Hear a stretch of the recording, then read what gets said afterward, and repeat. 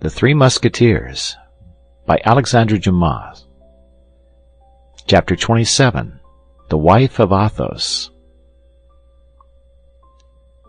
"We have now to search for Athos," said D'Artagnan to the vivacious Aramis, when he had informed him of all that had passed since their departure from the capital, and an excellent dinner had made one of them forget his thesis and the other his fatigue. "Do you think, then, that any harm can have happened to him?" asked Aramis. "Athos is so cool, so brave, and handles his sword so skillfully." "No doubt. Nobody has a higher opinion of the courage and skill of Athos than I have. But I like better to hear my sword clang against lances than against staves. I fear lest Athos should have been beaten down by serving men. Those fellows strike hard and don't leave off in a hurry. This is why I wish to set out again as soon as possible." "I will try to accompany you," said Aramis, "though I scarcely feel in a condition to mount on horseback. Yesterday I undertook to employ that cord which you see hanging against the wall, but pain prevented my continuing the pious exercise." "That's the first time I ever heard of anybody trying to cure gunshot wounds with cat-o'-nine-tails. But you were ill, and illness renders the head weak. Therefore you may be excused." "When do you mean to set out?" "Tomorrow at daybreak. Sleep as soundly as you can tonight, and tomorrow, if you can, we will take our departure together." "Till tomorrow, then," said Aramis. "For iron-nerved as you are, you must need repose." The next morning, when D'Artagnan entered Aramis's chamber, he found him at the window. "What are you looking at?" asked D'Artagnan. "My faith, I am admiring 3 magnificent horses which the stable-boys are leading about. It would be a pleasure worthy of a prince to travel upon such horses." "Well, my dear Aramis, you may enjoy that pleasure, for one of those 3 horses is yours." "Ah, bah!" "Which?" "Whichever of the 3 you like. I have no preference." "And the rich caparison, is that mine too?" "Without doubt." "You laugh, D'Artagnan." "No, I have left off laughing, now that you speak French." "What? Those rich holsters, that velvet housing, that saddle studded with silver, are they all for me?" "For you and nobody else, as the horse which paws the ground is mine, and the other horse which is caracoling belongs to Athos." "Peste! They are 3 superb animals." "I am glad they please you." "Why, it must have been the king who made you such a present." "Certainly it was not the cardinal, but don't trouble yourself whence they came. Think only that one of the 3 is your property." "I choose that which that red-headed boy is leading." "It is yours." "Good heaven, that is enough to drive away all my pains. I could mount him with 30 balls in my body.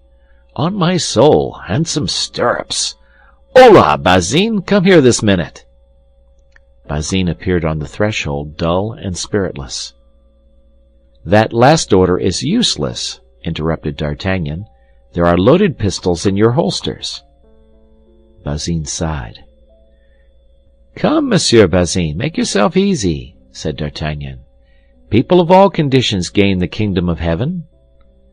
"Monsieur was already such a good theologian," said Bazin, almost weeping. "He might have become a bishop, and perhaps a cardinal." "Well, my poor Bazin, reflect a little. Of what use is it to be a churchman, pray? You do not avoid going to war by that means. You see, the cardinal is about to make the next campaign, helm on head and partisan in hand.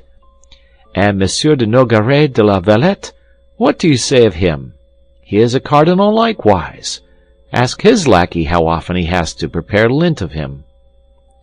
"Alas," sighed Bazin, "I know it, monsieur. Everything is turned topsy-turvy in the world nowadays." While this dialogue was going on, the 2 young men and the poor lackey descended. "Hold my stirrup, Bazin!" cried Aramis. Aramis sprang into the saddle with his usual grace and agility, but after a few vaults and curvets of the noble animal, his rider felt his pains come on so insupportably that he turned pale, and became unsteady in his seat. D'Artagnan, who, foreseeing such an event, had kept his eye on him, sprang toward him, caught him in his arms, and assisted him to his chamber. "That's all right, my dear Aramis. Take care of yourself," said he. "I will go alone in search of Athos." "You are a man of brass," replied Aramis. "No, I have good luck, that is all. But how do you mean to pass your time till I come back? No more theses? No more glosses upon the fingers or upon benedictions, hey?" Aramis smiled. "I will make verses," said he. "Yes, I dare say, verses perfumed with the odor of the billet from the attendant of Madame de Chevreuse. Teach Bazin prosody, that will console him. As to the horse, ride him a little every day, and that will accustom you to his maneuvers." "Oh, make yourself easy on that head," replied Aramis. "You will find me ready to follow you." They took leave of each other, and in 10 minutes, after having commended his friend to the cares of the hostess and Bazin, D'Artagnan was trotting along in the direction of Amiens. How was he going to find Athos? Should he find him at all? The position in which he had left him was critical. He probably had succumbed. This idea, while darkening his brow, drew several sighs from him and caused him to formulate to himself a few vows of vengeance. Of all his friends, Athos was the eldest, and the least resembling him in appearance, in his tastes and sympathies. Yet he entertained a marked preference for this gentleman. The noble and distinguished air of Athos, those flashes of greatness which from time to time broke out from the shade in which he voluntarily kept himself, that unalterable equality of temper which made him the most pleasant companion in the world, that forced and cynical gaiety, that bravery which might have been termed blind if it had not been the result of the rarest coolness, such qualities attracted more than the esteem, more than the friendship of D'Artagnan, they attracted his admiration. Indeed, when placed beside M. de Tréville, the elegant and noble courtier, Athos in his most cheerful days might advantageously sustain a comparison. He was of middle height, but his person was so admirably shaped and so well proportioned that more than once in his struggles with Porthos he had overcome the giant whose physical strength was proverbial among the Musketeers. His head, with piercing eyes, a straight nose, a chin cut like that of Brutus, had altogether an indefinable character of grandeur and grace. His hands, of which he took little care, were the despair of Aramis, who cultivated his with almond paste and perfumed oil. The sound of his voice was at once penetrating and melodious, and then that which was inconceivable in Athos, who was always retiring, was that delicate knowledge of the world and of the usages of the most brilliant society, those manners of a high degree which appeared, as if unconsciously to himself, in his least actions. If a repast were on foot, Athos presided over it better than any other, placing every guest exactly in the rank which his ancestors had earned for him, or that he had made for himself. If a question in heraldry were started, Athos knew all the noble families of the kingdom, their genealogy, their alliances, their coats of arms, and the origin of them. Etiquette had no minutiae unknown to him. He knew what were the rights of the great landowners. He was profoundly versed in hunting and falconry, and had one day when conversing on this great art astonished even Louis XIII himself, who took a pride in being considered a past master therein. Like all the great nobles of that period, Athos rode and fenced to perfection. But still further, his education had been so little neglected, even with respect to scholastic studies, so rare at this time among gentlemen, that he smiled at the scraps of Latin which Aramis sported, and which Porthos pretended to understand.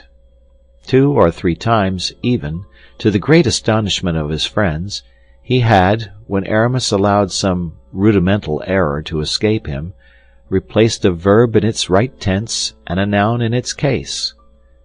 Besides, his probity was irreproachable, in an age in which soldiers compromise so easily with their religion and their consciences, lovers with the rigorous delicacy of our era, and the poor with God's seventh commandment. This Athos, then, was a very extraordinary man.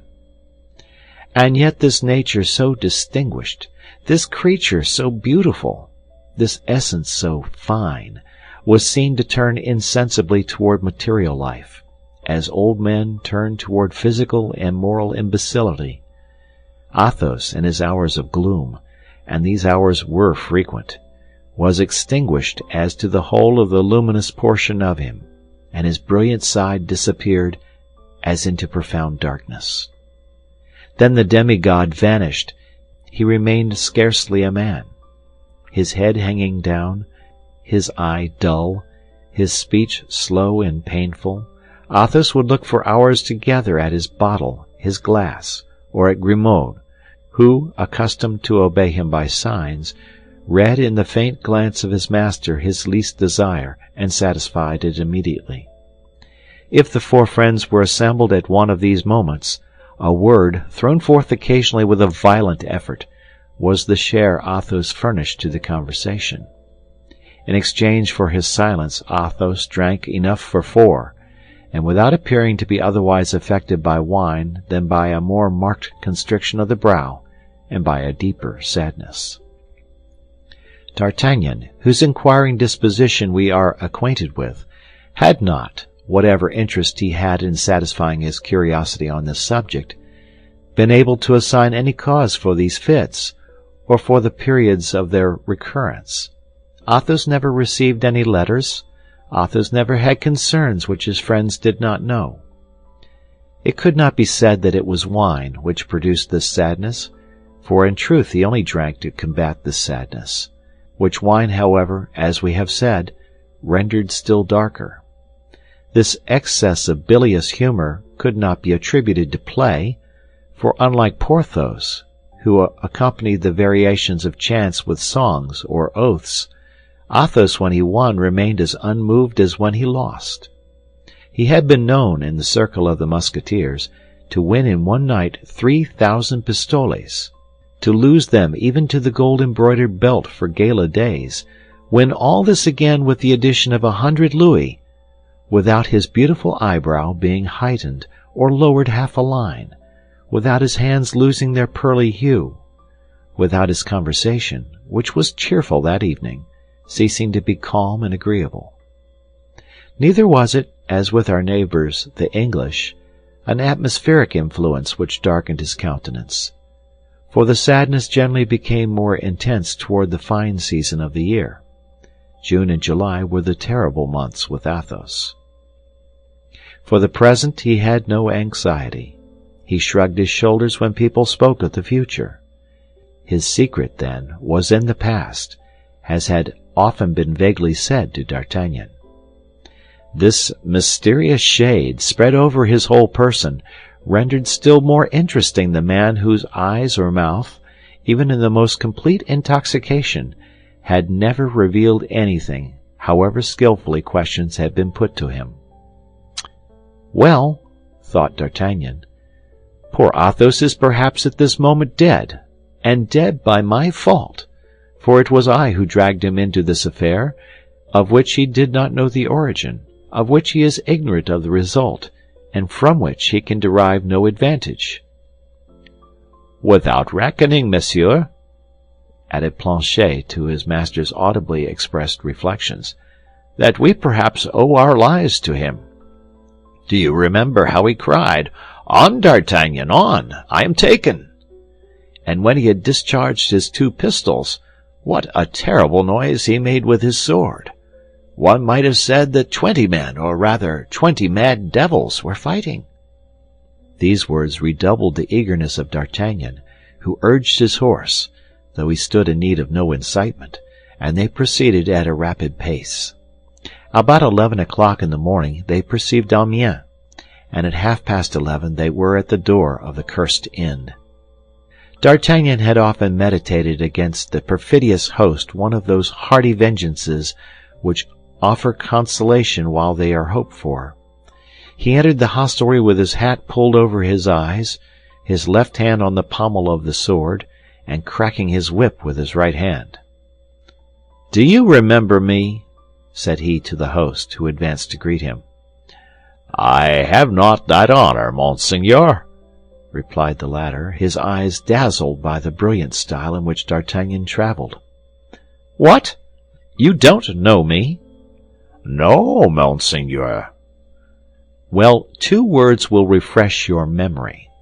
What have you done with that gentleman against whom you had the audacity, about 12 days ago, to make an accusation of passing false money?"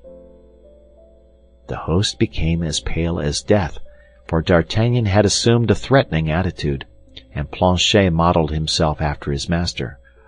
"Ah, Monseigneur, do not mention it," cried the host, in the most pitiable voice imaginable. "Ah, Monseigneur, how dearly have I paid for that fault, unhappy wretch as I am!" "That gentleman, I say, what has become of him?" "Deign to listen to me, Monseigneur, and be merciful. Sit down, in mercy." D'Artagnan, mute with anger and anxiety, took a seat in the threatening attitude of a judge. Planchet glared fiercely over the back of his armchair. "Here is the story, Monseigneur," resumed the trembling host, "for I now recollect you. It was you who rode off at the moment I had that unfortunate difference with the gentleman you speak of." "Yes, it was I, so you may plainly perceive that you have no mercy to expect if you do not tell me the whole truth." "Condescend to listen to me, and you shall know all." "I listen." "I had been warned by the authorities that a celebrated coiner of bad money would arrive at my inn, with several of his companions, all disguised as guards or musketeers. Monseigneur, I was furnished with a description of your horses, your lackeys, your countenances. Nothing was omitted." Go on," said D'Artagnan, who quickly understood whence such an exact description had come. "I took then, in conformity with the orders of the authorities, who sent me a reinforcement of 6 men, such measures as I thought necessary to get possession of the persons of the pretended coiners." "Again," said D'Artagnan, whose ears chafed terribly under the repetition of this word coiners. "Pardon me, Monseigneur, for saying such things, but they form my excuse. The authorities had terrified me, and you know that an innkeeper must keep on good terms with the authorities." "But, once again, that gentleman, where is he? What has become of him? Is he dead? Is he living?" "Patience, Monseigneur, we are coming to it. There happened then that which you know, and of which your precipitate departure," added the host with an acuteness that did not escape D'Artagnan, "appeared to authorize the issue. That gentleman, your friend, defended himself desperately. His lackey, who, by an unforeseen piece of ill luck, had quarreled with the officers, disguised as stable lads." "Miserable scoundrel!" cried D'Artagnan. "You were all in the plot, then, and I really don't know what prevents me from exterminating you all." "Alas, Monseigneur, we were not in the plot, as you will soon see. Monsieur, your friend, pardon for not calling him by the honorable name which no doubt he bears, but we do not know that name.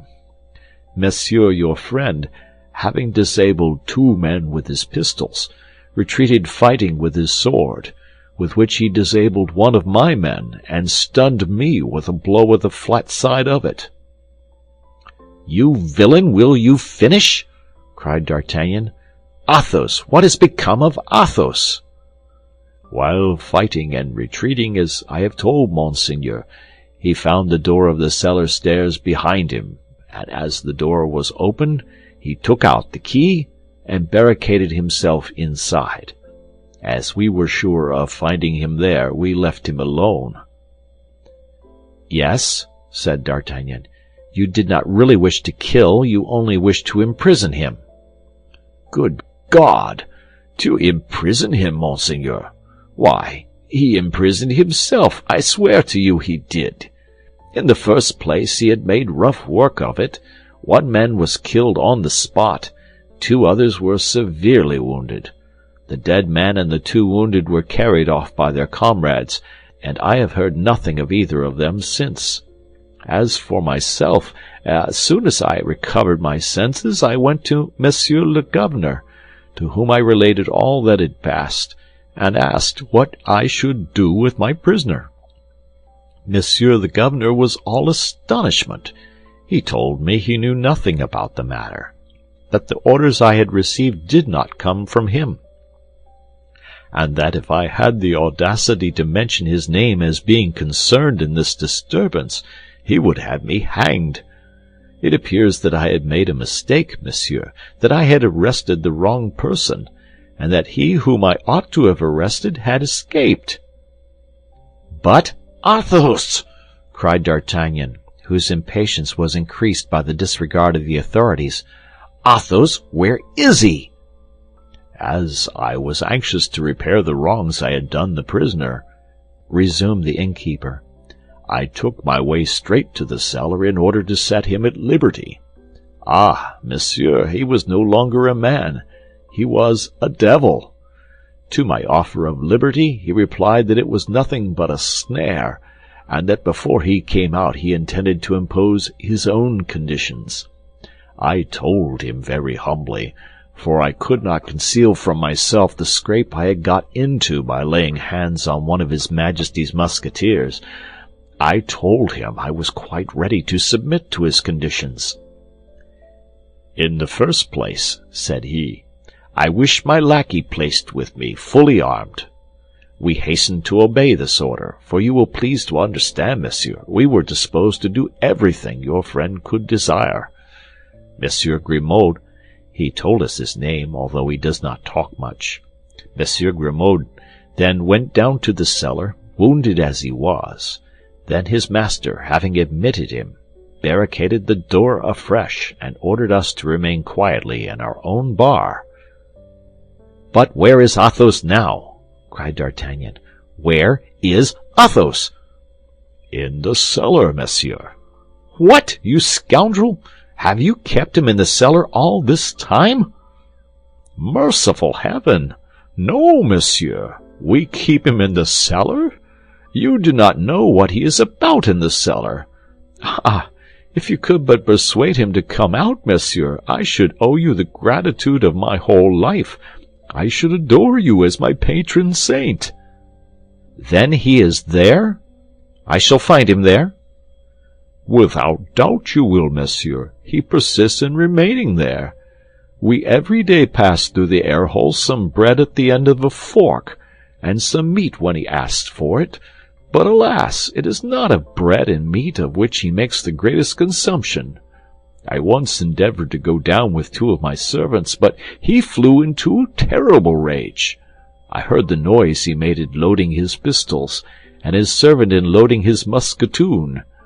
Then, when we asked them what were their intentions, the master replied that he had 40 charges to fire, and that he and his lackey would fire to the last one before he would allow a single soul of us to set foot in the cellar. Upon this I went and complained to the governor, who replied that I only had what I deserved, and that it would teach me to insult honorable gentlemen who took up their abode in my house. So since that time, totally unable to refrain from laughing at the pitiable face of the host. So from that time, monsieur, continued the latter, we have led the most miserable life imaginable. For you must know, monsieur, that all our provisions are in the cellar. There is our wine in bottles, and our wine in casks, the beer, the oil, and the spices, the bacon, bacon and sausages, and as we are prevented from going down there, we are forced to refuse food and drink to the travellers who come to the house, so that our hostelry is daily going to ruin. If your friend remains another week in my cellar, I shall be a ruined man." "And not more than justice either, you ass! Could you not perceive by our appearance that we were people of quality, and not coiners, say?" "Yes, monsieur, you are right," said the host.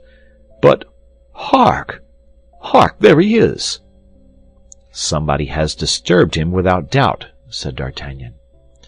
"But he must be disturbed," cried the host. "Here are 2 English gentlemen just arrived." "Well?" "Well, the English like good wine, as you may know, monsieur. These have asked for the best. My wife has perhaps requested permission of Monsieur Athos to go into the cellar to satisfy these gentlemen, and he, as usual, has refused. Ah, good heaven! There is the hullabaloo louder than ever." D'Artagnan, in fact, heard a great noise on the side next the cellar. He rose, and preceded by the host wringing his hands, and followed by Planchet with his musketoon ready for use, he approached the scene of action. The 2 gentlemen were exasperated. They had had a long ride, and were dying with hunger and thirst. "But this is tyranny," cried one of them in very good French, though with a foreign accent, "that this madman will not allow these good people access to their own wine. Nonsense, let us break open the door, and if he is too far gone in his madness, well, we will kill him." "Softly, gentlemen," said D'Artagnan, drawing his pistols from his belt. "You will kill nobody, if you please." "Good, good," cried the calm voice of Athos from the other side of the door. "Let them just come in, these devourers of little children, and we shall see." Brave as they appeared to be, the 2 English gentlemen looked at each other hesitatingly. One might have thought there was in that cellar one of those famished ogres, the gigantic heroes of popular legends, into whose cavern nobody could force their way with impunity. There was a moment of silence. But at length the 2 Englishmen felt ashamed to draw back, and the angrier one descended the 5 or 6 steps which led to the cellar and gave a kick against the door, enough to split a wall. "Planchet," said D'Artagnan, cocking his pistols, "I will take charge of the one at the top. You look to the one below. Ah, gentlemen, you want battle, and you shall have it."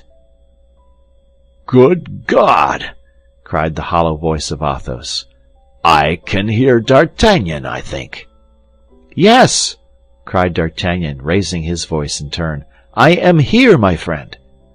"Ah, good then," replied Athos. "We will teach them, these door-breakers." The gentlemen had drawn their swords, but they found themselves taken between 2 fires. They still hesitated an instant, but as before, pride prevailed, and a second kick split the door from bottom to top. "Stand on one side, D'Artagnan, stand on one side," cried Athos. "I am going to fire." "Gentlemen," exclaimed D'Artagnan, whom reflection never abandoned, "gentlemen, think of what you are about. Patience, Athos. You are running your heads into a very silly affair. You will be riddled. My lackey and I will have 3 shots at you, and you will get as many from the cellar. You will then have our swords, with which I can assure you, my friend and I can play tolerably well. Let me conduct your business and my own. You shall soon have something to drink, I give you my word." "If there is any left," grumbled the jeering voice of Athos. The host felt a cold sweat creep down his back. "How, if there is any left?" murmured he. "What the devil! There must be plenty left," replied D'Artagnan. "Be satisfied of that. These 2 cannot have drunk all the cellar. Gentlemen, return your swords to their scabbards." "Well, provided you replace your pistols in your belt." "Willingly." And D'Artagnan set the example. Then, turning toward Planchet, he made a sign to uncock his musketoon. The Englishman, convinced of these peaceful proceedings, sheathed their swords grumblingly. The history of Athos's imprisonment was then related to them, and as they were really gentlemen, they pronounced the host in the wrong. "Now, gentlemen," said D'Artagnan, "go up to your room again, and in 10 minutes, I will answer for it, you shall have all you desire." The Englishman bowed and went upstairs. "Now I am alone, my dear Athos," said D'Artagnan. "Open the door, I beg of you." "Instantly," said Athos. Then was heard a great noise of faggots being removed, and of the groaning of posts. These were the counterscarps and bastions of Athos, which the besieged himself demolished. An instant after, the broken door was removed, and the pale face of Athos appeared, who with a rapid glance took a survey of the surroundings. D'Artagnan threw himself on his neck and embraced him tenderly. He then tried to draw him from his moist abode, but to his surprise he perceived that Athos staggered. "You are wounded," said he. "I? Not at all. I am dead drunk, that's all, and never did a man more strongly set about getting so. By the Lord, my good host, I must at least have drunk for my part 150 bottles. "Mercy!" cried the host. "If the lackey is drunk only half as much as the master, I am a ruined man." "Grimaud is a well-bred lackey. He would never think of faring in the same manner as his master. He only drank from the cask. Hark, I don't think he put the faucet in again. Do you hear it? It is running now." D'Artagnan burst into a laugh which changed the shiver of the host into a burning fever. In the meantime, Grimaud appeared in his turn behind his master, with a musketoon on his shoulder, and his head shaking, like one of those drunken satyrs in the pictures of Rubens. He was moistened before and behind with a greasy liquid which the host recognized as his best olive oil. The four crossed the public room and proceeded to take possession of the best apartment in the house, which D'Artagnan occupied with authority. In the meantime, the host and his wife hurried down with lamps into the cellar, which had so long been interdicted to them, and where a frightful spectacle awaited them. Beyond the fortifications through which Athos had made a breach in order to get out, and which were composed of faggots, planks, and empty casks, heaped up according to all the rules of the strategic art, they found, swimming in puddles of oil and wine, the bones and fragments of all the hams they had eaten, while a heap of broken bottles filled the whole left-hand corner of the cellar, and a tun, the cock of which was left running, was yielding by this means the last drop of its blood. The image of devastation and death, as the ancient poet says, reigned as over a field of battle. Of 50 large sausages suspended from the joists, scarcely 10 remained. Then the lamentations of the host and hostess pierced the vault of the cellar. D'Artagnan himself was moved by them. Athos did not even turn his head. To grief succeeded rage. The host armed himself with a spit, and rushed into the chamber occupied by the two friends. "Some wine," said Athos on perceiving the host. "Some wine!" cried the stupefied host. "Some wine! Why, you have drunk more than 100 pistoles worth. I am a ruined man, lost, destroyed." "Bah!" said Athos. "We were always dry." "If you had been contented with drinking, well and good, but you have broken all the bottles." "You pushed me upon a heap which rolled down. That was your fault." "All my oil is lost." "Oil is a sovereign balm for wounds, and my poor Grimaud here was obliged to dress those you had inflicted on him." "All my sausages are gnawed." "There is an enormous quantity of rats in that cellar." "You shall pay me for all this," cried the exasperated host. "Triple ass," said Athos, rising, but he sank down again immediately. He had tried his strength to the utmost. D'Artagnan came to his relief with his whip in his hand. The host drew back and burst into tears. "This will teach you," said D'Artagnan, "to treat the guests God sends you in a more courteous fashion." "God!" Say the devil." "My dear friend," said D'Artagnan, "if you annoy us in this manner, we will all four go and shut ourselves up in your cellar, and we will see if the mischief is as great as you say." "Oh, gentlemen," said the host, "I have been wrong. I confess it, but pardon to every sin. You are gentlemen, and I am a poor innkeeper. You will have pity on me." "Ah, if you speak in that way," said Athos, "you will break my heart, and the tears will flow from my eyes as the wine flowed from the cask. We are not such devils as we appear to be. Come hither, and let us talk." The host approached with hesitation. "Come hither, I say, and don't be afraid," continued Athos. "At the very moment when I was about to pay you, I had placed my purse on the table." "Yes, monsieur."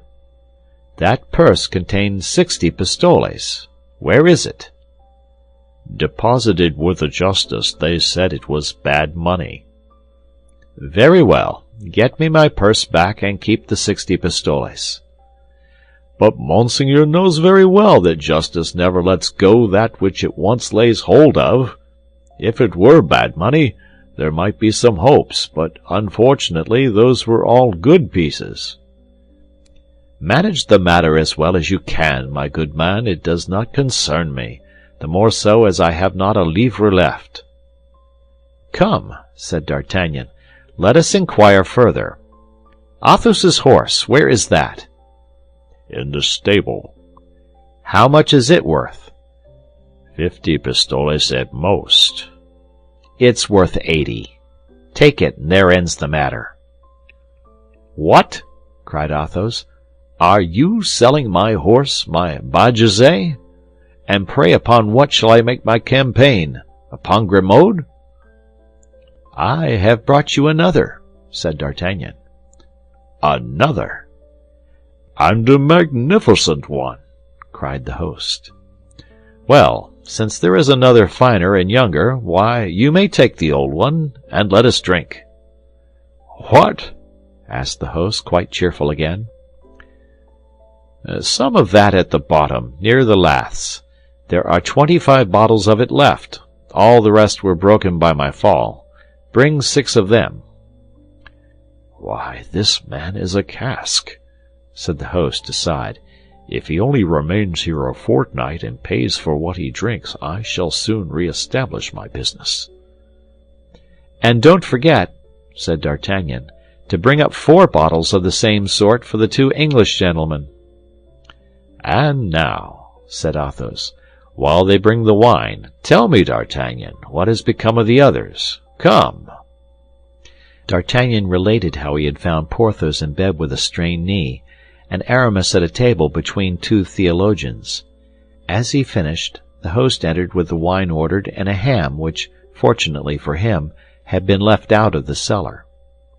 "That's well," said Athos, filling his glass and that of his friend. "Here's to Porthos and Aramis. But you, D'Artagnan, what is the matter with you, and what has happened to you personally? You have a sad air." "Alas," said D'Artagnan, "it has become I am the most unfortunate." "Tell me." "Presently," said D'Artagnan. "Presently? And why presently? Because you think I am drunk? D'Artagnan, remember this. My ideas are never so clear as when I have had plenty of wine. Speak then, I am all ears." D'Artagnan related his adventure with Madame Bonacieux. Athos listened to him without a frown, and when he had finished, said, "Trifles, only trifles." That was his favorite word. "You always say trifles, my dear Athos," said D'Artagnan, "and that come very ill from you, who have never loved." The drink-deadened eye of Athos flashed out, but only for a moment. It became as dull and vacant as before. "That's true," said he quietly. "For my part, I have never loved." "Acknowledge, then, your stony heart," said D'Artagnan, "that you are wrong to be so hard upon us tender hearts." Tender hearts, pierced hearts, said Athos. What do you say? I say that love is a lottery in which he who wins, wins death. You are very fortunate to have lost, believe me, my dear D'Artagnan, and if I have any counsel to give, it is always lose. She seemed to love me so. She seemed, did she? Oh, she did love me. You child, why, there is not a man who has not believed, as you do, that his mistress loved him, and there lives not a man who has not been deceived by his mistress. Except you, Athos, who never had one. That's true, said Athos after a moment's silence. That's true, I never had one. Let us drink. But then, philosopher that you are, said D'Artagnan, instruct me, support me. I stand in need of being taught and consoled. Consoled for what? For my misfortune. Your misfortune is laughable, said Athos, shrugging his shoulders. I should like to know what you would say if I were to relate to you a real tale of love. Which has happened to you? Or one of my friends, what matters? Tell it, Athos, tell it. Better if I drink. Drink and relate, then. Not a bad idea, said Athos, emptying and refilling his glass. The two things agree marvelously well. I am all attention, said D'Artagnan. Athos collected himself, and in proportion as he did so, D'Artagnan saw that he became pale. He was at that period of intoxication in which vulgar drinkers fall on the floor and go to sleep. He kept himself upright and dreamed without sleeping. This somnambulism of drunkenness had something frightful in it. "You particularly wish it?" asked he. "I pray for it," said D'Artagnan. "Be it then as you desire. One of my friends, please to observe, not myself," said Athos, interrupting himself with a melancholy smile. "One of the counts of my province, that is to say, of Berry, noble as a Dandolo or a Montmorency, at 25 years of age fell in love with a girl of 16, beautiful as fancy can paint.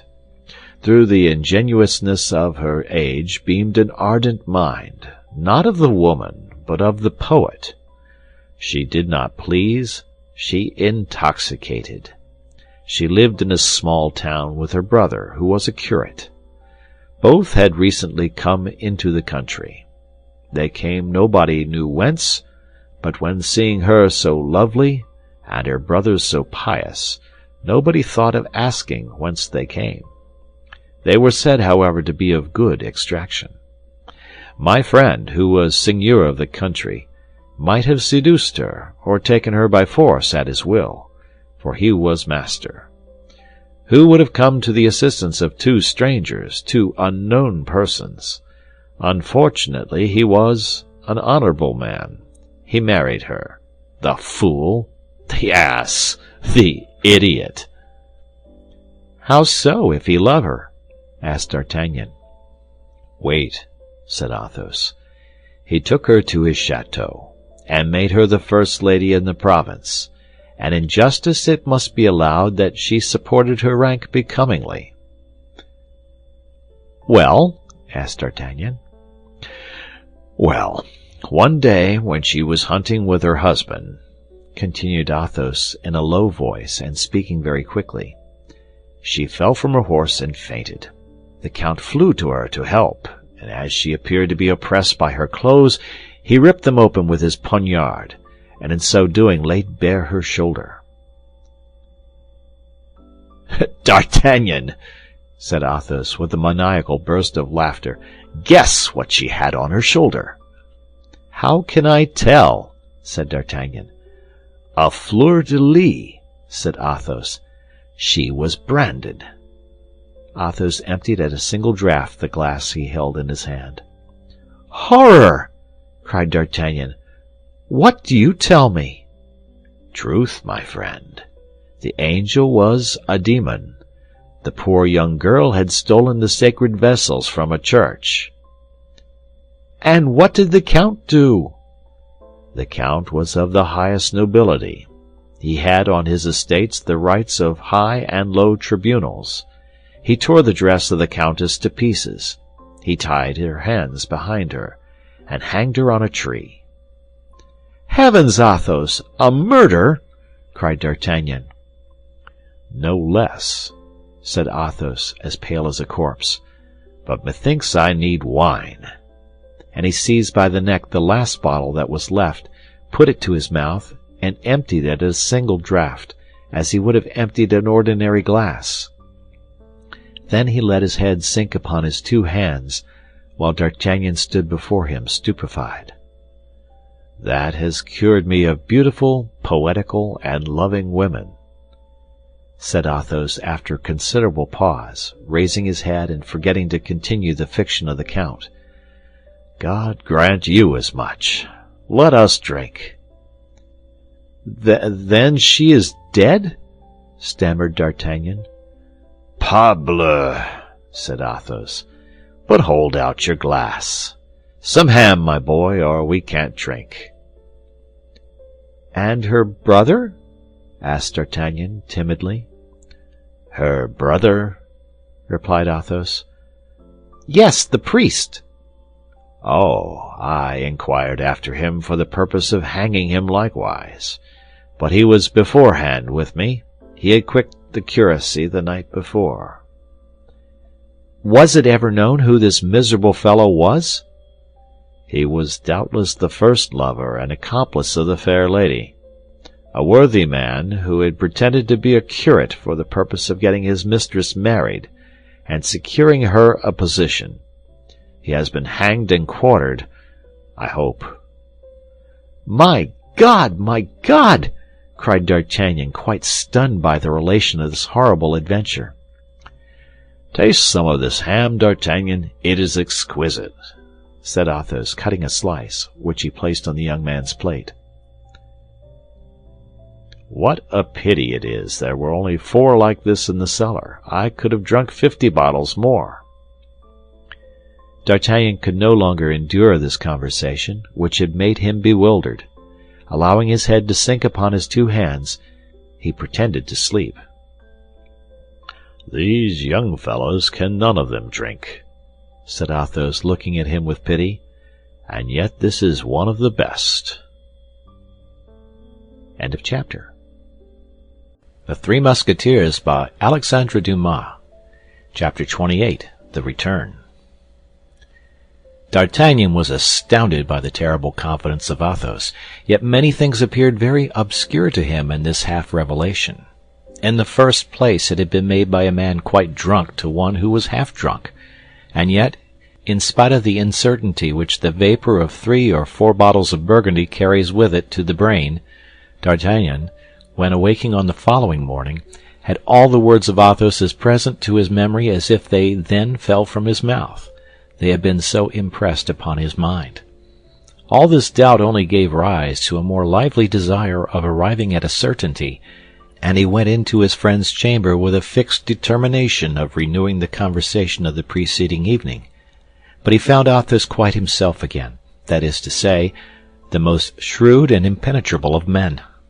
Besides which, the Musketeer, after having exchanged a hearty shake of the hand with him, broached the matter first. I was pretty drunk yesterday, D'Artagnan, said he. I can tell that by my tongue, which was swollen and hot this morning, and by my pulse, which was very tremulous. I wager that I uttered 1,000 extravagances. While saying this, he looked at his friend with an earnestness that embarrassed him. No, replied D'Artagnan. If I collect well what you said, it was nothing out of the common way. Ah, you surprise me. I thought I had told you a most lamentable story. And he looked at the young man as if he would read the bottom of his heart. My faith, said D'Artagnan, it appears that I was more drunk than you, since I remember nothing of the kind. Athos did not trust this reply, and he resumed. You cannot have failed to remark, my dear friend, that everyone has his particular kind of drunkenness, sad or gay. My drunkenness is always sad, and when I am thoroughly drunk, my mania is to relate all the lugubrious stories which my foolish nurse inculcated into my brain. That is my failing. A capital failing, I admit, but with that exception, I am a good drinker. Athos spoke this in so natural a manner that D'Artagnan was shaken in his conviction. "It is that, then," replied the young man, anxious to find out the truth. "It is that, then, I remember as we remember a dream. We were speaking of hanging." "Ah, you see how it is," said Athos, becoming still paler, but yet attempting to laugh. "I was sure it was so. The hanging of people is my nightmare." Yes, yes, replied D'Artagnan. I remember now. Yes, it was about... Oh, stop a minute. Yes, it was about a woman. That's it, replied Athos, becoming almost livid. That is my grand story of the fair lady, and when I relate that I must be very drunk. Yes, that was it, said D'Artagnan. The story of a tall, fair lady with blue eyes. Yes, who was hanged. By her husband, who was a nobleman of your acquaintance, continued D'Artagnan, looking intently at Athos. Well, you see how a man may compromise himself when he does not know what he says, replied Athos, shrugging his shoulders as if he thought himself an object of pity. I certainly never will get drunk again, D'Artagnan. It is too bad a habit. D'Artagnan remained silent, and then changing the conversation all at once, Athos said, By the by, I thank you for the horse you have brought me. Is it to your mind? Asked D'Artagnan. Yes, but it is not a horse for hard work. You are mistaken. I rode him nearly 10 leagues in less than an hour and a half, and he appeared no more distressed than if he had only made the tour of the Place Saint-Sulpice. Ah, you begin to awaken my regret. Regret? Yes, I have parted with him. How? Why, here is the simple fact. This morning I awoke at 6 o'clock. You were still fast asleep, and I did not know what to do with myself. I was still stupid from our yesterday's debauch. As I came into the public room, I saw one of our Englishmen bargaining with a dealer for a horse, his own having died yesterday from bleeding. I drew near and found he was bidding 100 pistoles for a chestnut nag. Pardieu, said I, my good gentleman, I have a horse to sell too. Aye, and a very fine one. I saw him yesterday. Your friend's lackey was leading him. Do you think he is worth 100 pistoles? Yes, will you sell him to me for that sum? No, but I will play for him. What? At dice. No sooner said than done, and I lost the horse. Ah, but please to observe I won back the equipage, cried Athos. D'Artagnan looked much disconcerted. This vexes you? Said Athos. Well, I confess it does, replied D'Artagnan. That horse was to have identified us in the day of battle. It was a pledge, a remembrance. Athos, you have done wrong. But, my dear friend, put yourself in my place, replied the Musketeer. I was hipped to death, and still further, upon my honor, I don't like English horses. If it is only to be recognized, why, the saddle will suffice for that. It is quite remarkable enough. As to the horse, we can easily find some excuse for its disappearance. Why the devil? A horse is mortal. Suppose mine had had the glanders or the farcy. D'Artagnan did not smile. It vexes me greatly, continued Athos, that you attach so much importance to these animals, for I am not yet at the end of my story. What else have you done? After having lost my own horse 9 against 10, see how near, I formed an idea of staking yours. Yes, but you stopped at the idea, I hope. No, for I put it in execution that very minute. "And the consequence?" said D'Artagnan, in great anxiety. "I threw, and I lost." "What, my horse?" "Your horse, 7 against 8, a point short. You know the proverb." "Athos, you are not in your right senses, I swear." "My dear lad, that was yesterday, when I was telling you silly stories. It was proper to tell me that, and not this morning. I lost him then, with all his appointments and furniture." "Really, this is frightful." "Stop a minute. You don't know all yet. I should make an excellent gambler if I were not too hot-headed, but I was hot-headed, just as if I had been drinking. Well, I was not hot-headed then." "Well, but what else could you play for? You had nothing left?" "Oh, yes, my friend. There was still that diamond left which sparkles on your finger, and which I had observed yesterday." "This diamond?" said D'Artagnan, placing his hand eagerly on his ring. "And as I am a connoisseur in such things, having had a few of my own once, I estimated it at 1,000 pistoles." "I hope," said D'Artagnan, half dead with fright, "you made no mention of my diamond?" "On the contrary, my dear friend, this diamond became our only resource. With it I might regain our horses and their harnesses, and even money to pay our expenses on the road." "Athos, you make me tremble!" cried D'Artagnan. "I mentioned your diamond then to my adversary, who had likewise remarked it. What the devil, my dear, do you think you can wear a star from heaven on your finger and nobody observe it? Impossible!" Go on, my dear fellow," said D'Artagnan, "for upon my honor you will kill me with your indifference." "We divided, then, this diamond into 10 parts of 100 pistoles each." "You are laughing at me and want to try me," said D'Artagnan, whose anger began to take by the hair, as Minerva takes Achilles in the Iliad. "No, I do not jest, mordieu. I should like to have seen you in my place. I had been 15 days without seeing a human face, and had been left to brutalize myself in the company of bottles." "That was no reason for staking my diamond," replied D'Artagnan, closing his hand with a nervous spasm. "Hear the end. 10 parts of 100 pistoles each, in 10 throws, without revenge. In 13 throws I had lost all. In 13 throws.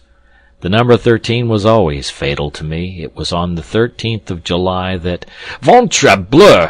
cried D'Artagnan, rising from the table, the story of the present day making him forget that of the preceding one. "Patience," said Athos. "I had a plan. The Englishman was an original. I had seen him conversing that morning with Grimaud, and Grimaud had told me that he had made him proposals to enter into his service. I staked Grimaud, the silent Grimaud, divided into 10 portions." "Well, what next?" said D'Artagnan, laughing in spite of himself. "Grimaud himself, understand, and with the 10 parts of Grimaud, which are not worth a ducatoon, I regained the diamond. Tell me now if persistence is not a virtue." "My faith, but this is droll!" cried D'Artagnan, consoled and holding his sides with laughter. "You may guess, finding the luck turn, that I again staked the diamond." "The devil!" said D'Artagnan, becoming angry again. "I won back your harness, then your horse, then my harness, then my horse, and then I lost again. In brief, I regained your harness and then mine. That's where we are. That was a superb throw, so I left off there." D'Artagnan breathed as if the whole hostelry had been removed from his breast. "Then the diamond is safe?" said he timidly. "Intact, my dear friend, besides the harness of your Bucephalus and mine." "And what is the use of harnesses without horses?" "I have an idea about them." "Athos, you make me shudder." "Listen to me. You have not played for a long time, D'Artagnan." "And I have no inclination to play." "Swear to nothing. You have not played for a long time, I said. You ought then to have a good hand." "Well, what then?" "Well, the Englishman and his companion are still here. I remarked that he regretted the horse furniture very much. You appear to think much of your horse. In your place I would stake the furniture against the horse." "But he will not wish for only one harness." "Stake both, pardieu! I am not selfish as you are." "You would do so?"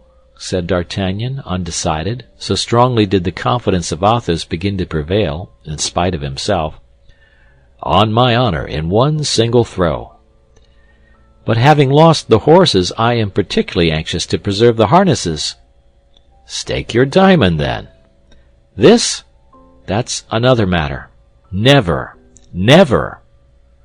"The devil!" said Athos. "I would propose to you to stake Planchet, but as that has already been done, the Englishman would not perhaps be willing." "Decidedly, my dear Athos," said D'Artagnan, "I should like better not to risk anything." "That's a pity," said Athos coolly. "The Englishman is overflowing with pistoles. Good Lord, try one throw. One throw is soon made." "And if I lose?" "You will win." "But if I lose?" "Well, you will surrender the harnesses." "Have with you for one throw," said D'Artagnan. Athos went in quest of the Englishman, whom he found in the stable, examining the harnesses with a greedy eye. The opportunity was good. He proposed the conditions: the 2 harnesses, either against 1 horse or 100 pistoles. The Englishman calculated fast. The 2 harnesses were worth 300 pistoles. He consented. D'Artagnan threw the dice with a trembling hand, and turned up the number 3. His paleness terrified Athos, who, however, consented himself with saying, "That's a sad throw, comrade. You will have the horses fully equipped, monsieur."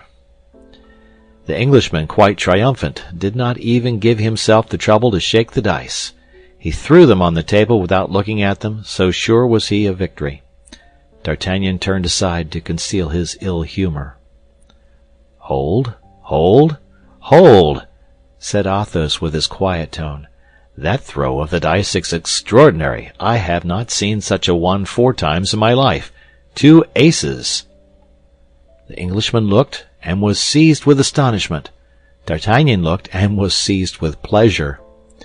"Yes," continued Athos, 4 times only, once at the house of Monsieur Criquet, another time at my own house in the country, in my chateau when I had a chateau, a 3rd time at Monsieur de Tréville's, where it surprised us all, and the 4th time at a cabaret, where it fell to my lot, and where I lost 100 louis and a supper on it." "Then Monsieur takes his horse back again," said the Englishman. "Certainly," said D'Artagnan. "Then there is no revenge?" "Our conditions said, no revenge, you will please to recollect." "That is true. The horse shall be restored to your lackey, monsieur." "A moment," said Athos. "With your permission, monsieur, I wish to speak a word with my friend." "Say on." Athos drew D'Artagnan aside. "Well, Tempter, what more do you want with me?" said D'Artagnan. "You want me to throw again, do you not?" "No, I would wish you to reflect." "On what?" "You mean to take your horse?" "Without doubt." "You are wrong, then. I would take the 100 pistoles. You know you have staked the harnesses against the horse or 100 pistoles at your choice." "Yes." "Well, then, I repeat, you are wrong. What is the use of 1 horse for us 2? I could not ride behind. We should look like the 2 sons of Anmon, who had lost their brother. You cannot think of humiliating me by prancing along by my side on that magnificent charger. For my part, I should not hesitate a moment. I should take the 100 pistoles. We want money for our return to Paris." "I am much attached to that horse, Athos." "And there again you are wrong. A horse slips and injures a joint. A horse stumbles and breaks his knees to the bone. A horse eats out of a manger in which a glandered horse has eaten. There is a horse, while on the contrary, the 100 pistoles feed their master." "But how shall we get back?" "Upon our lackeys' horses, pardieu! Anybody may see by our bearing that we are people of condition." Pretty figures we shall cut on ponies, while Aramis and Porthos caracole on their steeds." "Aramis! Porthos!" cried Athos, and laughed aloud. "What is it?" asked D'Artagnan, who did not at all comprehend the hilarity of his friend. "Nothing, nothing. Go on." "Your advice, then?" "To take the 100 pistoles, D'Artagnan. With the 100 pistoles we can live well to the end of the month. We have undergone a great deal of fatigue, remember, and a little rest will do no harm." "I rest? Oh, no, Athos. Once in Paris I shall prosecute my search for that unfortunate woman." "Well, you may be assured that your horse will not be half so serviceable to you for that purpose as good golden louis. Take the 100 pistoles, my friend. Take the 100 pistoles." D'Artagnan only required one reason to be satisfied. This last reason appeared convincing. Besides, he feared that by resisting longer he should appear selfish in the eyes of Athos. He acquiesced, therefore, and chose the 100 pistoles, which the Englishman paid down on the spot. They then determined to depart. Peace with the landlord, in addition to Athos's old horse, cost 6 pistoles. D'Artagnan and Athos took the nags of Planchet and Grimaud, and the 2 lackeys started on foot, carrying the saddles on their heads. However ill our 2 friends were mounted, they were soon far in advance of their servants, and arrived at Crèvecoeur. From a distance they perceived Aramis, seated in a melancholy manner at his window, looking out, like Sister Anne, at the dust on the horizon. "Hola, Aramis! What the devil are you doing there?" cried the 2 friends. "Ah, is that you, D'Artagnan, and you, Athos?" said the young man. "I was reflecting upon the rapidity with which the blessing of this world leave us. My English horse, which has just disappeared amid a cloud of dust, has furnished me with a living image of the fragility of the things of the earth. Life itself may be resolved into 3 words: erat, est, fuit." "Which means," said D'Artagnan, who began to suspect the truth, "which means that I have just been duped 60 louis for a horse which by the manner of his gait can do at least 5 leagues an hour." D'Artagnan and Athos laughed aloud. "My dear D'Artagnan," said Aramis, "don't be too angry with me, I beg. Necessity has no law. Besides, I am the person punished, as that rascally horse-dealer has robbed me of 50 louis, at least. Ah, you fellows are good managers. You ride on our lackeys' horses, and have your own gallant steeds led along carefully by hand at short stages." At the same instant a market cart, which some minutes before had appeared upon the Amiens road, pulled up at the inn, and Planchet and Grimaud came out of it with the saddles on their heads. The cart was returning empty to Paris, and the 2 lackeys had agreed, for their transport, to slake the wagoner's thirst along the route. "What is this?" said Aramis, on seeing them arrive. "Nothing but saddles?" "Now do you understand?" said Athos. "My friends, that's exactly like me. I retained my harness by instinct. Hola, Bazin! Bring my new saddle and carry it along with those of these gentlemen." "And what have you done with your ecclesiastics?"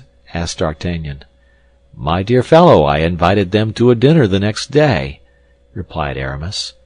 "They have some capital wine here. Please to observe that in passing.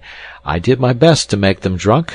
Then the curate forbade me to quit my uniform, and the Jesuit entreated me to get him made a Musketeer."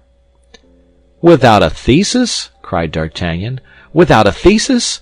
I demand the suppression of the thesis." "Since then," continued Aramis, "I have lived very agreeably. I have begun a poem in verses of 1 syllable.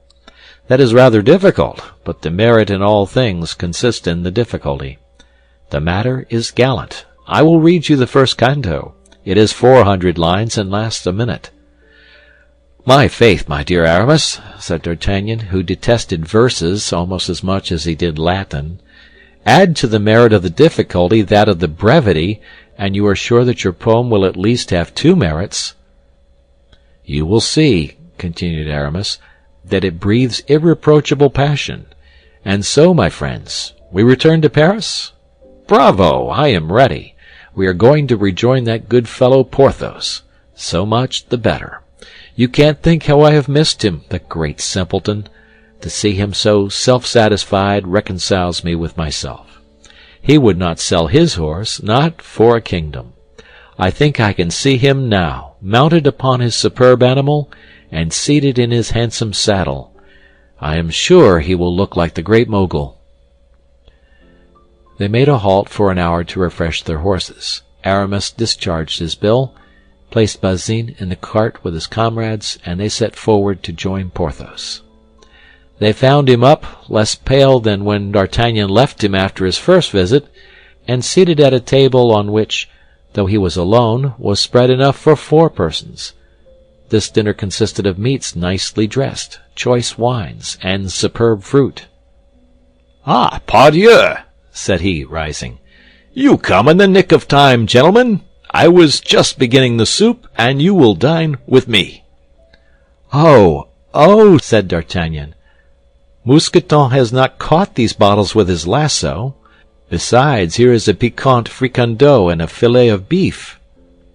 "I am recruiting myself," said Porthos. "I am recruiting myself. Nothing weakens a man more than these devilish strains. Did you ever suffer from a strain, Athos?" "Never. Though I remember in our affair of the Rue Férou, I received a sword wound which at the end of 15 or 18 days produced the same effect." "But this dinner was not intended for you alone, Porthos?" said Aramis. "No," said Porthos. "I expected some gentlemen of the neighborhood, who have just sent me word that they could not come. You will take their places, and I shall not lose by the exchange. Hola, Mousqueton, seats, and order double the bottles." "Do you know what we are eating here?" said Athos at the end of 10 minutes. "Pardieu!" replied D'Artagnan. "For my part, I am eating veal garnished with shrimps and vegetables." "And I some lamb chops," said Porthos. "And I a plain chicken," said Aramis. "You are all mistaken, gentlemen," answered Athos gravely. "You are eating horse." "Eating what?" said D'Artagnan. "Horse," said Aramis with a grimace of disgust. Porthos alone made no reply. "Yes, horse. Are we not eating a horse, Porthos? And perhaps his saddle therewith?" "No, gentlemen, I have kept the harness," said Porthos. "My faith," said Aramis, "we are all alike. One would think we had tipped the wink." "What could I do?" said Porthos. "This horse made my visitors ashamed of theirs, and I don't like to humiliate people." "Then your duchess is still at the waters?" asked D'Artagnan. "Still," replied Porthos. "And my faith, the governor of the province, one of the gentlemen I expected today, seemed to have such a wish for him that I gave him to him." "Gave him?" cried D'Artagnan. "My God, yes! Gave, that is the word," said Porthos. "For the animal was worth at least 150 louis, and the stingy fellow would only give me 80. "Without the saddle?" said Aramis. "Yes, without the saddle." "You will observe, gentlemen," said Athos, "that Porthos has made the best bargain of any of us." And then commenced a roar of laughter in which they all joined, to the astonishment of poor Porthos, but when he was informed of the cause of their hilarity, he shared it vociferously according to his custom. "There is one comfort, we are all in cash," said D'Artagnan. "Well, for my part," said Athos, "I found Aramis's Spanish wine so good that I sent on a hamper of 60 bottles of it in the wagon with the lackeys. That has weakened my purse." "And I," said Aramis, "imagined that I had given almost my last sou to the church of Montdidier and the Jesuits of Amiens, with whom I had made engagements which I ought to have kept. I have ordered masses for myself and for you, gentlemen, which will be said, gentlemen, for which I have not the least doubt you will be marvelously benefited." "And I," said Porthos, "do you think my strain cost me nothing? Without reckoning Mousqueton's wound, for which I had to have the surgeon twice a day, and who charged me double on account of that foolish Mousqueton having allowed himself a ball in a part which people generally only show to an apothecary, so I advised him to try never to get wounded there any more." "Aye, aye," said Athos, exchanging a smile with D'Artagnan and Aramis. "It is very clear you acted nobly with regard to the poor lad. That is like a good master." "In short," said Porthos, "when all my expenses are paid, I shall have at most 30 crowns left." "And I about 10 pistoles," said Aramis. "Well, then it appears that we are the Croesuses of the society. How much have you left of your 100 pistoles, D'Artagnan?" "Of my 100 pistoles? Why, in the first place, I gave you 50. "You think so?" "Pardieu!" "Ah, that is true. I recollect." "Then I paid the host 6. "What a brute of a host! Why did you give him 6 pistoles?" "You told me to give them to him." "It is true. I am too good-natured. In brief, how much remains?" 25 pistoles," said D'Artagnan. "And I," said Athos, taking some small change from his pocket, "You? Nothing!" "My faith, so little that it is not worth reckoning with the general stock." "Now then, let us calculate how much we possess in all. Porthos?" 30 crowns. "Aramis?" 10 pistoles. "And you, D'Artagnan?" 25. "That makes in all," said Athos. 475 livres, said D'Artagnan, who reckoned like Archimedes. "On our arrival in Paris, we shall still have 400, besides the harnesses," said Porthos. "But our troop horses," said Aramis. "Well, of the 4 horses of our lackeys, we will make 2 for the masters, for which we will draw lots. With the 400 livres, we will make the half of 1 for one of the unmounted, and then we will give the turnings out of our pockets to D'Artagnan, who has a steady hand, and will go and play in the first gaming-house we come to. There." "Let us dine, then," said Porthos. "It is getting cold." The friends, at ease with regard to the future, did honor to the repast, and the remains of which were abandoned to Mousqueton, Bazin, Planchet, and Grimaud. On arriving in Paris, D'Artagnan found a letter from M. de Tréville, which informed him that, at his request, the king had promised that he should enter the company of the Musketeers. As this was the height of D'Artagnan's worldly ambition, apart, be it well understood, from his desire of finding Madame Bonacieux, he ran full of joy to seek his comrades, whom he had left only half an hour before, but whom he found very sad and deeply preoccupied. They were assembled in council at the residence of Athos, which always indicated an event of some gravity. M. de Tréville had intimated to them His Majesty's fixed intention to open the campaign on the 1st of May, and they must immediately prepare their outfits. The 4 philosophers looked at one another in a state of bewilderment. M. de Tréville never jested in matters relating to discipline. "And what do you reckon your outfit will cost?" said D'Artagnan. "Oh, we can scarcely say. We have made our calculations with Spartan economy, and we each require 1,500 livres." 4 times 15 makes 60. 6,000 livres, said Athos. "It seems to me," said D'Artagnan, "with 1,000 livres each, I do not speak as a Spartan, but as a procurator." The word procurator roused Porthos. "Stop!" said he. "I have an idea." "Well, that's something, for I have not the shadow of one," said Athos coolly. "But as to D'Artagnan, gentlemen, the idea of belonging to ours has driven him out of his senses. 1,000 livres! For my part, I declare I want 2,000. 4 times 2 makes 8, then said Aramis. "It is 8,000 that we want to complete our outfits, toward which, it is true, we have already the saddles."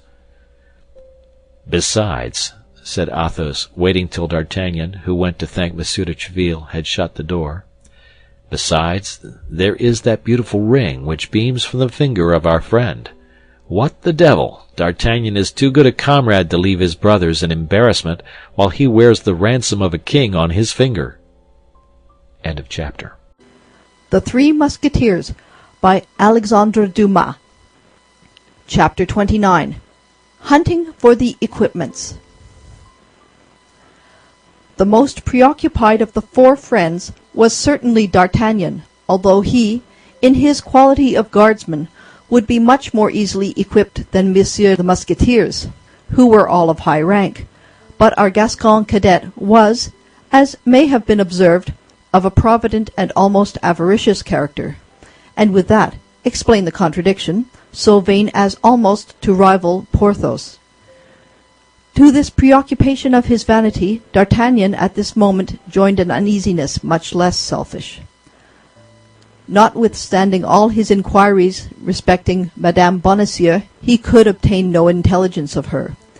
Monsieur de Tréville had spoken of her to the Queen. The Queen was ignorant where the mercer's young wife was, but had promised to have her sought for, but this promise was very vague and did not at all reassure D'Artagnan. Athos did not leave his chamber. He made up his mind not to take a single step to equip himself. "We have still 15 days before us," said he to his friends. "Well, if at the end of a fortnight I have found nothing, or rather, if nothing has come to find me, as I, too good a Catholic to kill myself with a pistol bullet, I will seek a good quarrel with 4 of his Eminence's guards, or with 8 Englishmen, and I will fight until one of them has killed me, which, considering the number, cannot fail to happen. It will then be said of me that I died for the king, so that I shall have performed my duty without the expense of an outfit." Porthos continued to walk about with his hands behind him, tossing his head and repeating, "I shall follow up on my idea." Aramis, anxious and negligently dressed, said nothing. It may be seen by these disastrous details that desolation reigned in the community. The lackeys, on their part, like the coursers of Hippolytus, shared the sadness of their masters. Mousqueton collected a store of crusts. Bazin, who had always been inclined to devotion, never quit the churches. Planchet watched the flight of flies, and Grimaud, whom the general distress could not induce to break the silence imposed by his master, heaved sighs enough to soften the stones. The 3 friends, for, as we have said, Athos had sworn not to stir a foot to equip himself, went out early in the morning and returned late at night. They wandered about the streets, looking at the pavement as if to see whether the passengers had not left a purse behind them. They might have been supposed to be following tracks, so observant were they wherever they went. When they met, they looked desolately at one another, as much as to say, "Have you found anything?" However, as Porthos had first found an idea, and had thought of it earnestly afterward, he was the first to act. He was a man of execution, this worthy Porthos. D'Artagnan perceived him one day walking toward the church of St. Leu, and followed him instinctively. He entered, after having twisted his mustache and elongated his imperial, which always announced on his part the most triumphant resolutions. As D'Artagnan took some precautions to conceal himself, Porthos believed he had not been seen. D'Artagnan entered behind him. Porthos went and leaned against the side of a pillar. D'Artagnan, still unperceived, supported himself against the other side. There happened to be a sermon which made the church very full of people. Porthos took advantage of this circumstance to ogle the women. Thanks to the cares of Mousqueton, the exterior was far from announcing the distress of the interior.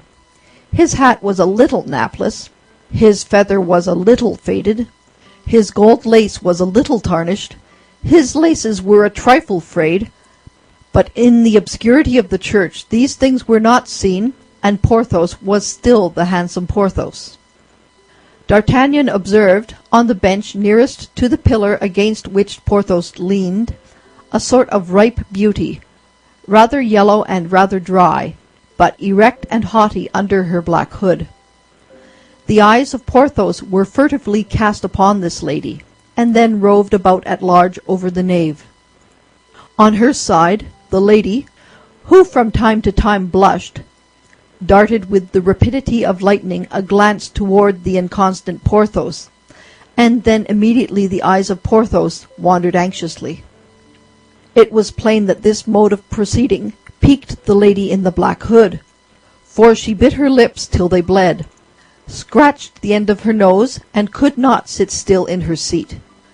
Porthos, seeing this, retwisted his moustache, elongated his imperial a second time, and began to make signals to a beautiful lady who was near the choir, and who not only was a beautiful lady, but still further, no doubt, a great lady, for she had behind her a negro boy who had brought the cushion on which she knelt, and a female servant who held the emblazoned bag, in which was placed the book from which she read the Mass. The lady with the black hood followed through all their wanderings the looks of Porthos, and perceived that they rested upon the lady with the velvet cushion, the little negro, and the maidservant. During this time Porthos played close. It was almost imperceptible motions of his eyes, fingers placed upon the lips, little assassinating smiles which really did assassinate the disdained beauty. Then she cried, "Ahem!" under cover of the mea culpa, striking her breast so vigorously that everybody, even the lady with the red cushion, turned round toward her. Porthos paid no attention. Nevertheless, he understood it all, but was deaf. The lady with the red cushion produced a great effect, for she was very handsome, upon the lady with the black hood, who saw in her a rival really to be dreaded. A great effect upon Porthos, who thought her much prettier than the lady with the black hood. A great effect upon D'Artagnan, who recognized in her the lady of Meung, of Calais, and of Dover, whom his persecutor, the man with the scar, had saluted by the name of Milady. D'Artagnan, without losing sight of the lady of the red cushion, continued to watch the proceedings of Porthos, which amused him greatly. He guessed that the lady of the black hood was the procurator's wife of the Rue aux Ours, which was the more probable from the church of St. Leu being not far from that locality. He guessed, likewise, by induction, that Porthos was taking his revenge for the defeat of Chantilly, when the procurator's wife had proved so refractory with respect to her purse. Amid all this, D'Artagnan remarked also that not one countenance responded to the gallantries of Porthos. There were only chimeras and illusions, but for real love, for true jealousy, is there any reality except illusions and chimeras? The sermon over, the procurator's wife advanced toward the holy font. Porthos went before her, and, instead of a finger, dipped his whole hand in. The procurator's wife smiled, thinking that it was for her Porthos had put himself to this trouble. But she was cruelly and promptly undeceived. When she was only about 3 steps from him, he turned his head round, fixing his eyes steadfastly upon the lady with the red cushion, who had risen and was approaching, followed by her black boy and her woman. When the lady of the red cushion came close to Porthos, Porthos drew his dripping hand from the font. The fair worshipper touched the great hand of Porthos with her delicate fingers, smiled, made the sign of the cross, and left the church. This was too much for the procurator's wife. She doubted not there was an intrigue between this lady and Porthos. If she had been a great lady, she would have fainted. But as she was only a procurator's wife, she contented herself saying to the Musketeer with concentrated fury, "Eh, Monsieur Porthos, you don't offer me any holy water?" Porthos, at the sound of that voice, started like a man awakened from a sleep of 100 years. "Madame," cried he, "is that you? How is your husband, our dear Monsieur Coquenard? Is he still as stingy as ever? Where can my eyes have been not to have seen you during the 2 hours of the sermon?"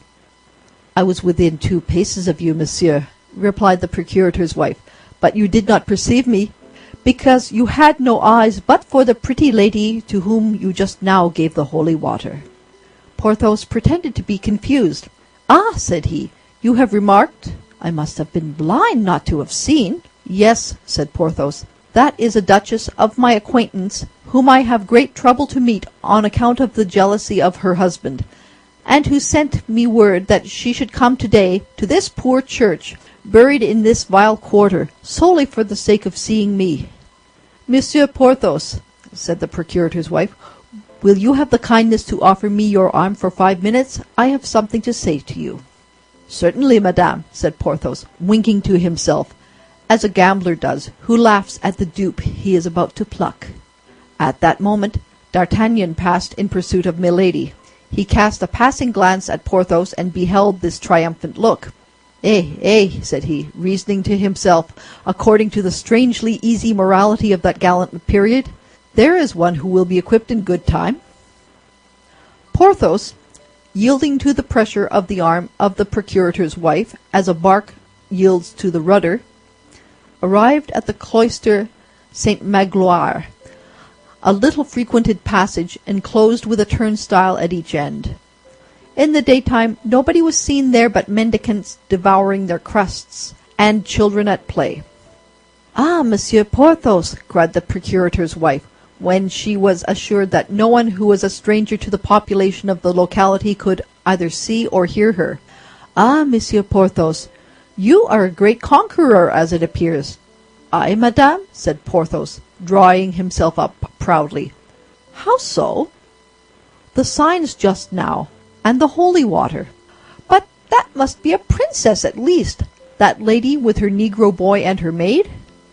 "My God, madame, you are deceived," said Porthos. "She is simply a duchess." "And that running footman who waited at the door?" "And that carriage with a coachman in grand livery who sat waiting on his seat." Porthos had seen neither the footman nor the carriage, but with the eye of a jealous woman, Madame Coquenard had seen everything. Porthos regretted that he had not at once made the lady of the red cushion a princess. "Ah, you are quite the pet of the ladies, Monsieur Porthos," resumed the procurator's wife with a sigh. "Well," responded Porthos, "you may imagine, with the physique with which nature has endowed me, I am not in want of good luck." "Good Lord, how quickly men forget!" cried the procurator's wife, raising her eyes toward heaven. "Less quickly than the women, it seems to me," replied Porthos. "For madame, I may say I was your victim. When wounded, dying, I was abandoned by the surgeons. I, the offspring of a noble family, who placed reliance upon your friendship, I was near dying of my wounds at first, and of hunger afterward, in a beggarly inn at Chantilly, without you ever deigning once to reply to the burning letters I addressed to you." "But, Monsieur Porthos," murmured the procurator's wife, who began to feel that, to judge by the conduct of the great ladies of the time, she was wrong. "I, who had sacrificed for you the Baronne de—" "I know it well. The Comtesse de—" "Monsieur Porthos, be generous." "You are right, madame, and I will not finish." "But it was my husband who would not hear of lending." "Madame Coquenard," said Porthos, "remember the first letter you wrote me, and which I preserve engraved in my memory." The procurator's wife uttered a groan.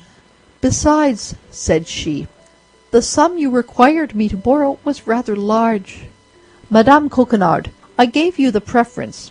I had but to write to the Duchess, but I won't repeat her name, for I am incapable of compromising a woman. But this I know, that I had but to write to her, and she would have sent me 1,500. The procurator's wife shed a tear. "Monsieur Porthos," said she, "I can assure you that you have severely punished me, and if in the time to come you should find yourself in a similar situation, you have but to apply to me." "Fie, madame, fie," said Porthos, as if disgusted. "Let us not talk about money, if you please. It is humiliating." "Then You no longer love me, said the procurator's wife, slowly and sadly. Porthos maintained a majestic silence. And that is the only reply you make? Alas, I understand. Think of the offence you have committed toward me, madame. It remains here, said Porthos, placing his hand on his heart and pressing it strongly. I will repair it. Indeed I will, my dear Porthos. Besides, what did I ask of you? Resumed Porthos, with a movement of the shoulders full of good fellowship. Alone, nothing more.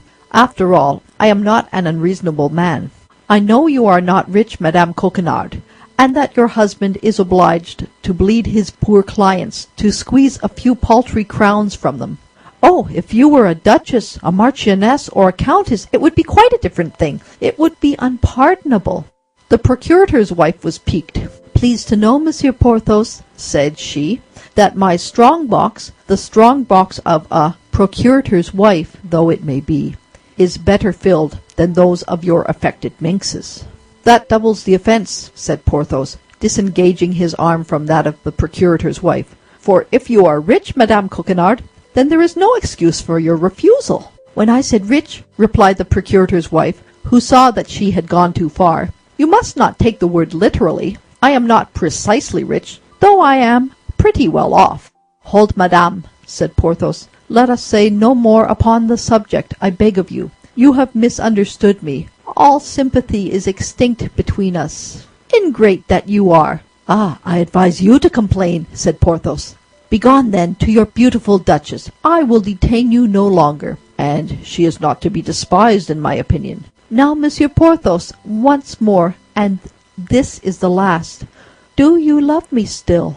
Ah, madame, said Porthos, in the most melancholy tone he could assume, when we are about to enter upon a campaign in which my presentiments tell me I shall be killed. Oh, don't talk of such things, cried the procurator's wife, bursting into tears. Something whispers me so, continued Porthos, becoming more and more melancholy. Rather say that you have a new love. Not so. I speak frankly to you. No object affects me, and I even feel here at the bottom of my heart something which speaks for you. But in 15 days, as you know, or as you do not know, this fatal campaign is to open. I shall be fearfully preoccupied with my outfit. Then I must make a journey to see my family in the lower part of Brittany to obtain the sum necessary for my departure. Porthos observed a last struggle between love and avarice. And as, continued he, the duchess whom you saw at the church has estates near to those of my family, we mean to make the journey together. Journeys, you know, appear much shorter when we travel two in company. Have you no friends in Paris, then, Monsieur Porthos? Said the procurator's wife. I thought I had, said Porthos, resuming his melancholy air, but I have been taught my mistake. You have some, cried the procurator's wife, in a transport that surprised even herself. Come to our house tomorrow. You are the son of my aunt, consequently my cousin. You come from Noyon in Picardy. You have several lawsuits and no attorney. Can you recollect all that? Perfectly, madame.